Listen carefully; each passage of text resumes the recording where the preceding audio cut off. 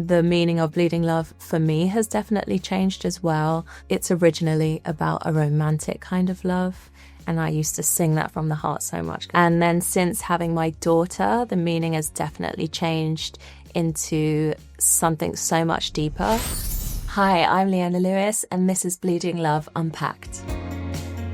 The X Factor really brought people together, like, I feel like generations. Like, I would sit and watch it with my mum and dad. Your nan would be watching it. Like, everyone would kind of, be in front of the TV on a Saturday night watching the show. And I decided to audition for it. I was trying to get my music out there, and I was in the studio and I was recording and gigging. So I thought this was another avenue that I could go down and kind of just see what happens, take the leap and see where it takes me. Honestly, I was so happy to get Simon as a mentor. I really, really wanted him because I knew that he was a music guy, like a real A&R, and I kind of knew what I wanted for myself musically, and I feel like if I could work with him, I could get him to understand where I want to go. So I'm so lucky that I got him. I had a vision for what I wanted that album to look like, and I knew that couldn't be done like quickly. Like, it needed time, it needed care, it needed love, consideration, the right people, and just taking your time. Like, nothing great happens like overnight. Like, it takes a lot of hours and a lot of time, a lot of dedication, a lot of discipline. So I was allowed to have that time. After the show, I then was introduced to Clive Davis, and I remember kind of auditioning for him almost. I got a bunch of songs ready and I sat in a room with him and some other A&Rs, and I just sang my heart out, basically. And I did the same with some other songwriters. I would just hustle people to try and get them to work with me, basically. So even after the show, it wasn't like just like plain sailing. I feel like I had to really work to get people to take me seriously and to be like, okay, yeah, we actually back her and we want to work with her. Ryan Tedder is an incredibly talented songwriter and just a great human in general. I just really loved working with him. He's very inspiring to me as a songwriter, as a musician.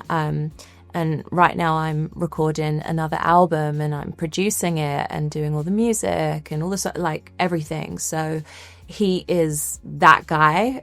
So I took a lot of what I learned from him and other producers and songwriters that I love and artists that I love, and I'm kind of just doing my own thing right now, which has been really amazing, challenging, but really incredible.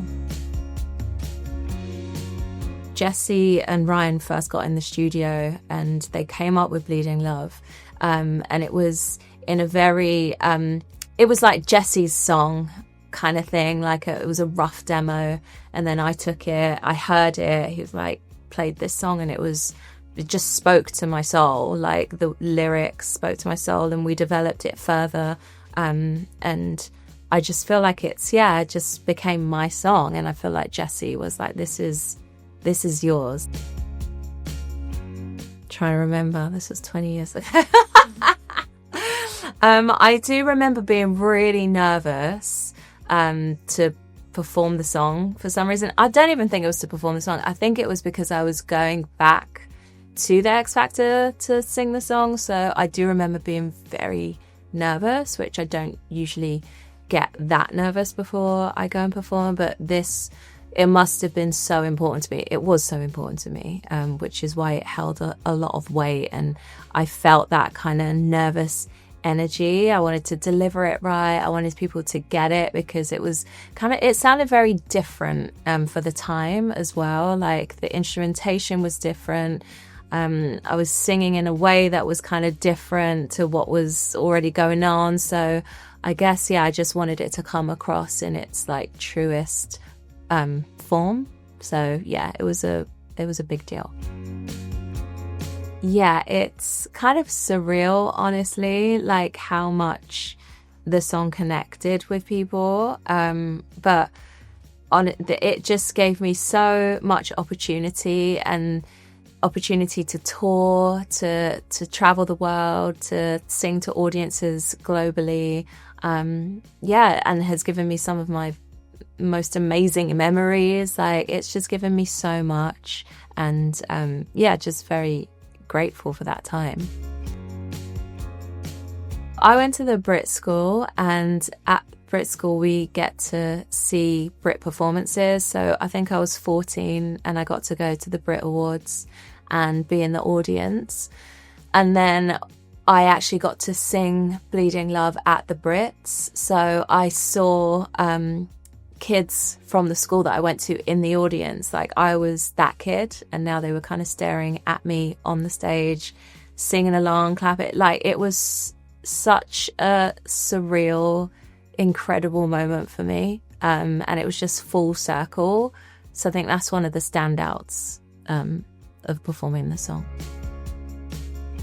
Taylor Swift is an incredible songwriter, an incredible artist. I have so much love for her. She showed me a lot of love back in the day. I remember I was at some award ceremony, and like, I was that only Brit there, and I kind of felt a little bit like not a part of like the cool kids crowd. I was like on my own, and she came straight up to me and just made me feel so welcome at a time when, you know, I was just like very young and kind of like a bit like, what is happening?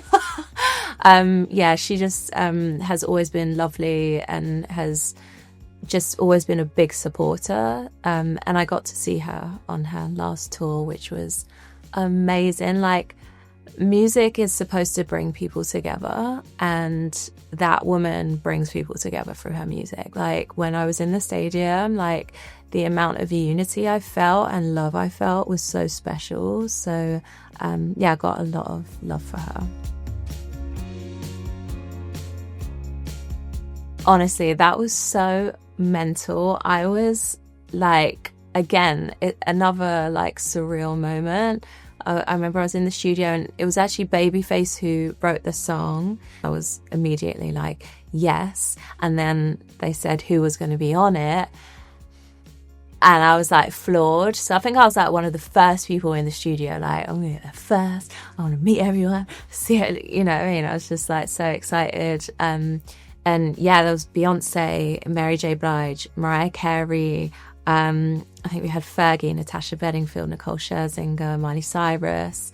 I'm forgetting some, just like Rihanna, like iconic Ashanti. Like, it was so crazy and so surreal and such a moment. I think the whole time I was just literally floored. Like, it was great. It was so fun as well. You don't keep your cool. I don't. I just like,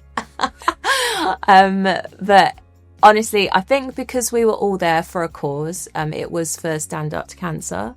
And we knew it was, you know, bigger than any of us, like, and it was us using our voices for something bigger than ourselves, which, you know, grounded everyone and just kind of made us remember like why we do what we do. And, you know, at that time as well, this is like, 15 years ago maybe, and I feel like at that time we've come to a better place now. It's not perfect, but at that time there was a lot of divisiveness, I feel like, between female artists. Like, tabloids would always try and pit women against each other, and the who wore it better, and this one looks like that, and this one looks like this, and just all the judgment and the scrutiny like from tabloids was just awful. And I think that all of us women there together, being uniting our voices and being there for that cause was actually really significant and meaningful.